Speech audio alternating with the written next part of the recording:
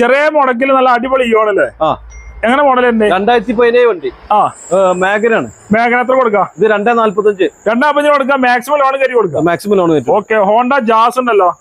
Jazz 2015 model diesel വണ്ടി. അലവിലെ കഷ്ടം ചെയ്ത വണ്ടി. എത്ര കൊടുക്കാം? ഇത് 5 റുപ്യ.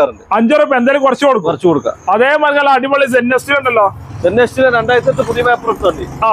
ഇത് നമ്മള് 1.20 പറഞ്ഞിട്ട് എന്തെങ്കിലും കുറച്ച് കൊടുക്കാം. 1,20,000 ഫുൾ പേപ്പർ ക്ലിയർ കുറച്ച് കൊടുക്കും. അതേപോലെ വാഗണർ ലിമിറ്റഡ് ആയിട്ട് വരുന്നുണ്ട്. ഓട്ടോമാറ്റിക് വണ്ടില്ലേ? 2016 മോഡല്.